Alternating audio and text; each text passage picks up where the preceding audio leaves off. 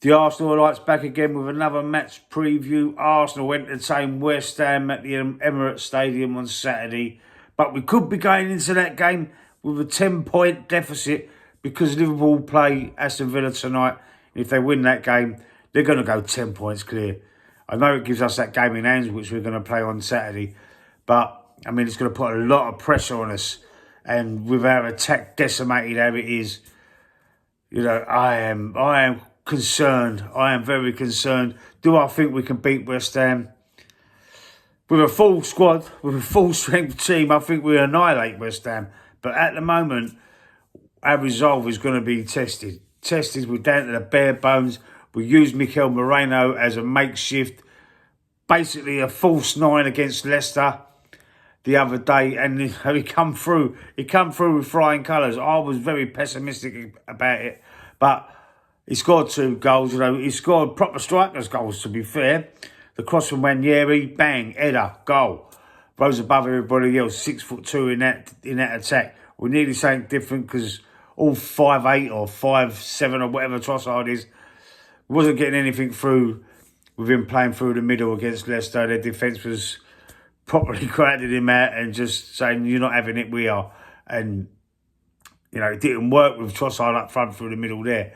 When we pushed him to the left after substituting the ineffective Raheem Sterling, pushing Trossard out to the left, bringing on Moreno, and he did make a difference. And he scored 2 strikers' goals, to be fair. The second one, brilliant little goal, brilliant little finish.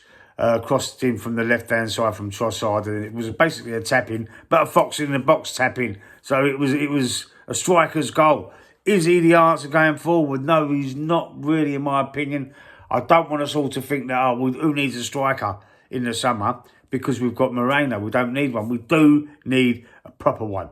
We do need a striker. It could be utilised in that position. If it starts working for the rest of this season, say, for example, we play him up front against West Ham, and he scores again, and away to Forest in the next game, and he gets another goal. Wow, keep him there, keep using him, absolutely. But he's not the long-term answer. He could go through a little purple patch like what Havertz did at the end of last season.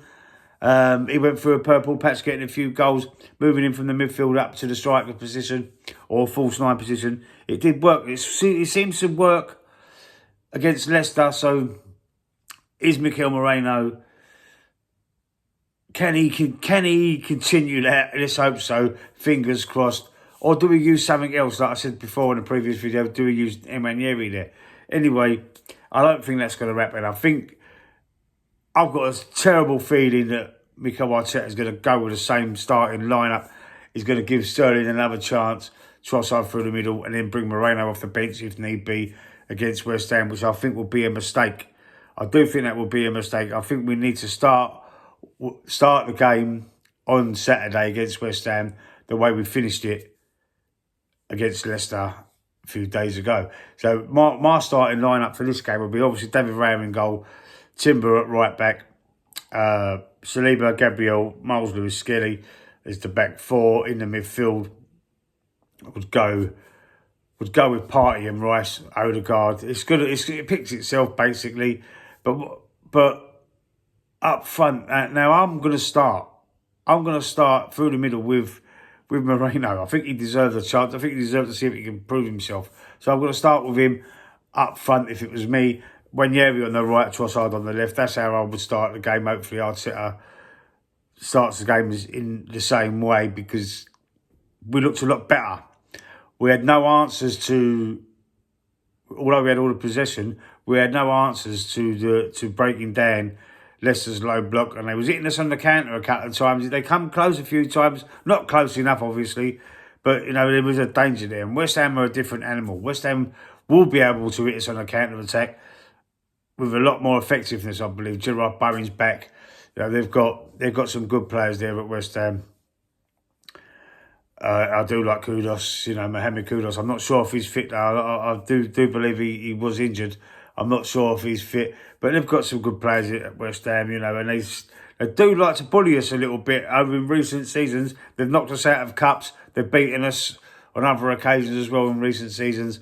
we've slipped up against them. And we've got Fulham as well coming close. Fulham as well, another little bogey team for Arsenal. We've got to go to, I'm sure it's at Craven Cottage as well. Let me know in the comment section if I'm wrong. But I'm sure that's soon. I think we're at home to West Ham, away to Forest.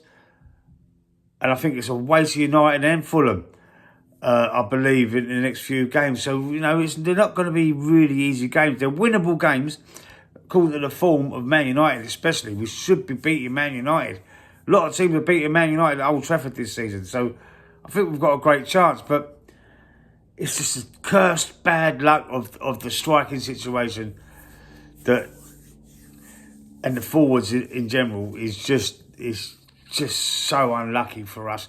I mean, this should have been the year with the drop-off of Man City, the fallen champions, if you like, the fallen 4P champions, won the league four years in a row. Pipped us at the post the last 2 seasons as well. And this season, they've had a massive drop-off. Rodri, injured for the season. Could he be the reason why?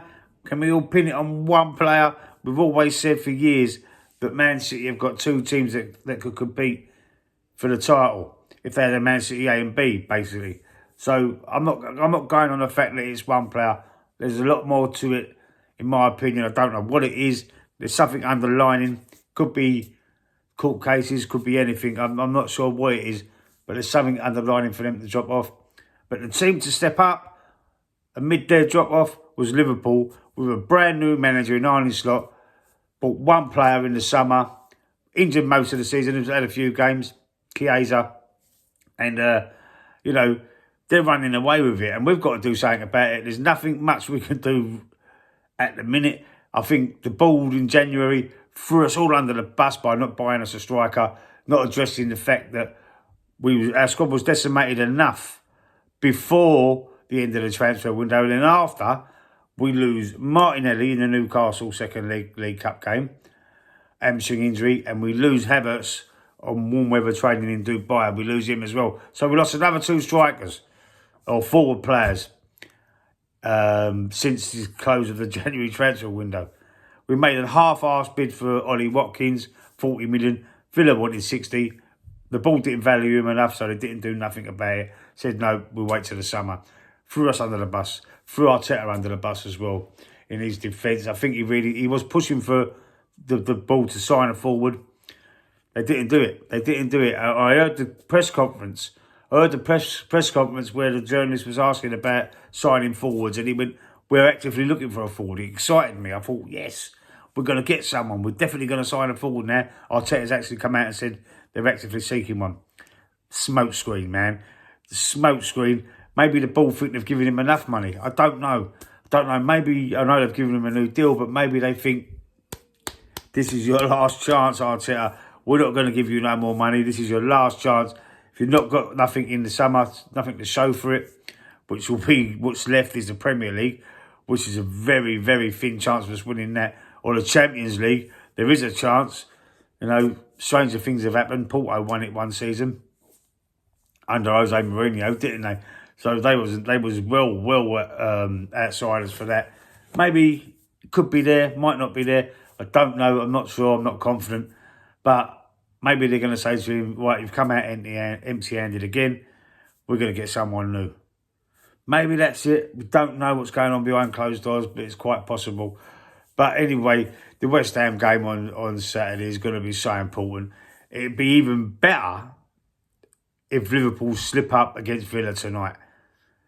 It's got to give us even more encouragement to win this game if Liverpool slip up against Aston Villa. Because if they lose or draw that game, we can gain on them again. And instead of being like the 10 points behind which we would be if they win, it'd be either 7 or 8, and winning our game, it'd be either 5 or 4, instead of 7, what it currently is as we stand. So that's got to give us a boost. So we've got to be praying Aston Villa can do us a favour tonight. Not cheering for another team, mind, but I'm just saying if Aston Villa can do something tonight, then Arsenal beat West Ham on Saturday.